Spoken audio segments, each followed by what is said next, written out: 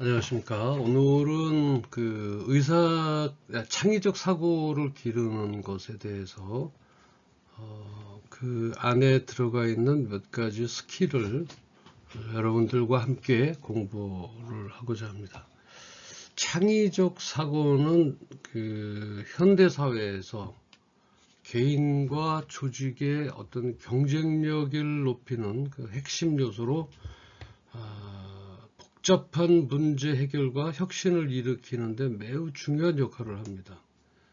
그래서 역할이라기보다는 아주 필수적으로 돼야 되는 것이 창의적 사고 기르기입니다.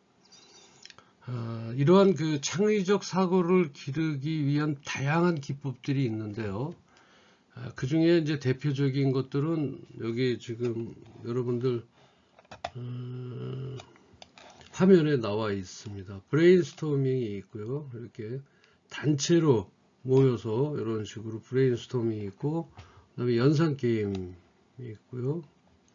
마인드맵이라고 하는 것은 맵 자체는 요건 뭐 지도라는 의미입니다. 지도라는 의미에서 내가 가지고 있는 중심 주체에서 가지를 뻗어나가면서 어떤 창의적 사고를 기르게끔 되어 있는 거가 되는데, 역발상이라고 하는 거 있습니다. 기존의 관습이나 사고방식에서 벗어나서 새로운 것들을 생각해내는 것이 역발상의 어떤 대표적인 아웃라인인데, 브레인스토밍은 팀원들이 자유롭게 아이디어를 제시하고 비판 없이 수용하는 과정을 통해서 창의적인 해결책을 도출하는 기법입니다. 다시 한번 화면을 보시면 다양한 아이디어를 자유롭게 제시하고 서로의 생각을 공유하며 또 새로운 해결 방안을 모색하는 과정인데, 여기에는 조금 전에 제가 말씀드렸듯이 어떤 특정 주제에 대해서 제한 없이 아이디어를 나누는 것입니다. 그래서 이를 정리해서 실행 가능한 방안을 찾아내는 것인데, 이 특징이 자유롭게 아이디어를 제시하고 또 같은 팀원들끼리 비판 없이 수용하는 과정을 통해서 어떤 창의적인 해결책을 도출해내는 것이다. 이렇게 생각하시면 될 것 같고요. 그 다음에 연상게임. 두 번째로 이제 옆에 연상게임 있죠. 여기 연상게임 뭐라고 되어 있어요? 주어진 단어나 이미지에서 연상되는 다른 것들을 생각해보는 활동입니다. 이렇게 되어 있습니다. 이것은 무엇이냐면, 연상게임은 특정 단어에서 시작해서 그 연관된 단어들을 자유롭게 떠오르는 그런 활동인데, 이를 통해서 다양한 개념들 사이에 그 중간에 연결고리를 찾아서 새로운 아이디어로 발전시키는 것입니다. 이 이제 연상 게임은 이론적으로는 이렇게 설명을 제가 말씀을 드렸지만, 실제적으로 여러분들하고 이제 대면하는 시간이 있다면 함께 이런 연상 게임도 해서 그러니까 연관된 단어들을 생각해서 다시 또 자유롭게 떠오르게 하고, 이를 통해서 다양한 개념들 사이의 연결고리를 찾는다는 것이 연상 게임의 주 목적입니다. 그리고 이제 마인드맵이라고 있는데요. 마인드맵은 중심 주제를 기준으로 관련 아이디어나 정보를 시각적으로 정리하는 기법이죠. 요거는 그래서 주요 그 카테고리를 가지고서 이렇게 쭉 또 뭐라 그럴까요? 가지가 이렇게 뻗쳐 나가듯이 아이디어나 정보를 시각적으로 정리하는 기법이다. 그래서 카테고리를 가지로 뻗어나가면서 세부 사항을 추가해서 체계적인 사고를 할 수 있게 도와줍니다. 그래서 다시 말하면 가지로 나가서 이 가지에 어떤 그 주제가 있다면 그 주제를 통해서 다시 다른 카테고리로 뻗어나가면서 세부 사항을 추가적으로, 그리고 체계적인 생각을 할 수 있도록, 사고할 수 있도록 도와주는 것이 이제 마인드맵이고요. 역발상이라고 하는 거는 말해주는 뉘앙스와 같이 역발상입니다. 거꾸로 하는 것이죠. 다시 얘기를 한다면 거꾸로 이렇게 뒤집어서 문제를 바라보는 시각을 좀 변형을 시켜보는 거죠. 왜냐하면 우리가 그러한 것들이 머리에서 창의적으로 나오지를 않기 때문에 그 문제에 대해서 그 문제를 다시 한번 뒤집어서 보는 경우입니다. 또 예를 들어서 겉보다는 속을 한번 까뒤집어서 보는 거고요. 그러한 역발상은 문제나 상황을 반대로 접근해서 새로운 관점을 찾는 그런 방법입니다. 그래서 문제를 악화시키는 방법을 고민함으로써 오히려 창의적인 해결책을 도출할 수가 있다. 그러니까 역발상은 조금 문제를 악화시키는 문제. 전에 제가 말씀을 드렸습니다. 백설공주를 볼 때 백설공주를 이렇게 악화시키는 문제로 본다면 백설공주하고 일곱난장이의 관계는 어땠을까? 이렇게 악화시켜서 보다 보면 거기에 대한 창의적인 문제가 새로 생긴다라고 하는 거죠. 역발상이라고 해서 저는 말씀드렸습니다만 꼬꼬면이라든지 이런 것들이 라면의 색깔은 빨개야 되느냐? 라면의 국물은 왜 이렇게 진한 갈색이나 갈색이 되는 것인가? 하얄 수는 없는 것인가? 라고 해서 라면 국물을 하얗게 만들었던 그 개그맨이 생각이 납니다. 그런 식으로 그래서 이 개그맨들은 정말 그 역발상이나 되게 창의적입니다. 개그맨들이 그 소재를 갖추고 그것을 일주일 내에 2, 3일 내에 이렇게 소화를 해야 된다 그래요. 그 어느 개그맨이 나와서 얘기를 하는데 들었습니다만 그것을 창의성 있게 개발해 나가는 것은 정말 일반 머리로서는 아마 거의 불가능하다. 그래서 개그맨들의 그 IQ가 아마 다른 사람들보다 어떤 창의성, IQ라기보다는 이제 창의성 개발, 어떤 창의성 사고는 타의 추종을 부러워하는 것들이 아마 바로 개그맨들이 아닌가 싶습니다. 그래서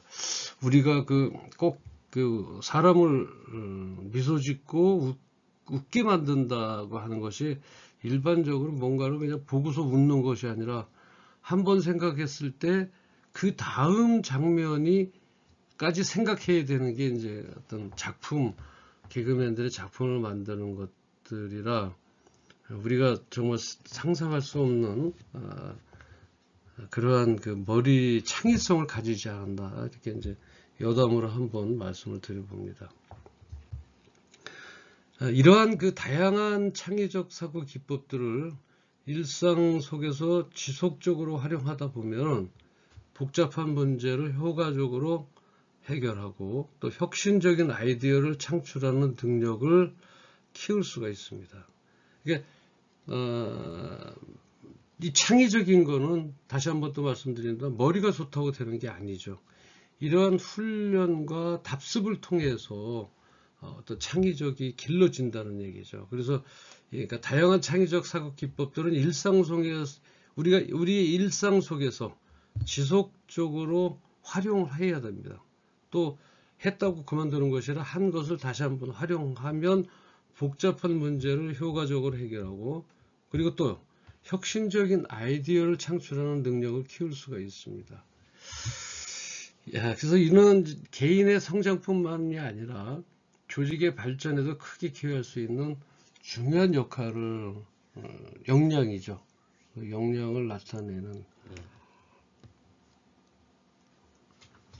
창의적 사고 기르기. 물론 이 네 가지만 있는 것이 아닙니다. 브레인스토밍이나 연상게임, 마인드맵, 역발상 이거 외에도 많습니다. 역전법도 있죠. 조합법이라는 것도 있죠. 여러 가지 그 툴들이 있어요. 그 중에서 이제 맞는 것들을 꺼내서 그래서 이러한 것들 한 개 항목마다의 특성과 그 훈련하는 그 내용을 좀 파악을 해야 될 필요가 있는데, 뭐 이렇게 이런 창의적 사고를 기르는 것에 대해서 지금 공부했던 4가지, 물론 이론적으로 이렇게만 해서는 잘 이해가 안 되는 부분도 없지 않아 있을 거라고 생각을 합니다. 따라서 반드시 언젠가는 실습을 통해서 창의적 사고 기르기에 대해 여러분들이 이제 예를 들어서 다음 학기에 만난다면 이것을 이제 대면으로 해서 실제적으로 창의성을 개발하기 위해서는 어떻게 창의적 사고를 기를 수 있을까라는 것을 우리가 공부할 수가 있습니다. 자, 요거 지우겠습니다. 지우고. 자, 2번째는 의사결정 기술 기르기인데, 이제 우리가 그 의사결정할 때, 정말 그 의사결정이라는 게 저것도 의사결정이죠. 음식점에 갔는데 음식의 메뉴를 고르는 것도 의사결정에 대한 기술이죠. 그래서 그런 것은 뭐 배우지 않아도 된다라고 치지만, 우리가 리더로서 또는 하나 팀원으로서 의사결정 기술을 어떻게 기르는지에 대해서 함께 알아보도록 하겠습니다. 화면에 보시면 의사결정 기술 기르기 이렇게 나와 있습니다. 거기에서 이제 정보 분석 그리고 위험 감수. 그래요. 우리 리더들은 남보다 빨리 의사결정을 하기 위해서는 정보 분석을 충분히 해야 되고요. 그 다음에 위험을 감수해야 됩니다. 위험 감수하지 않고 우리가 소위 말하는 안전한 길로만 가다 보면 시간도 많이 걸릴 수 있고요. 여기에 대한 어떤 시행 오차를 겪어야 될 필요성도 있습니다. 반드시. 그래서 그러한 내용들을 의사결정을 어떻게 기술을 기를 것이냐. 의사결정 기술을 기르는 것은 개인과 조직의 성공에 매우 중요한 요소입니다. 어떤 효과적인 의사결정은 더 나은 결과를 도출을 하고 리스크를 최소화하고 또 팀워크와 협업을 증진시킬 수 있다. 거기에 우리가 그 주안점을 둔다. 그래서 의사결정 과정은 여러 단계로 구성되어 있습니다. 먼저 문제를 명확히 정의를 하고 관련 정보를 전부 수집을 합니다. 그리고 그 다음에 가능한 한 대안들을 생성을 하고 각 대안의 장단점을 평가를 합니다.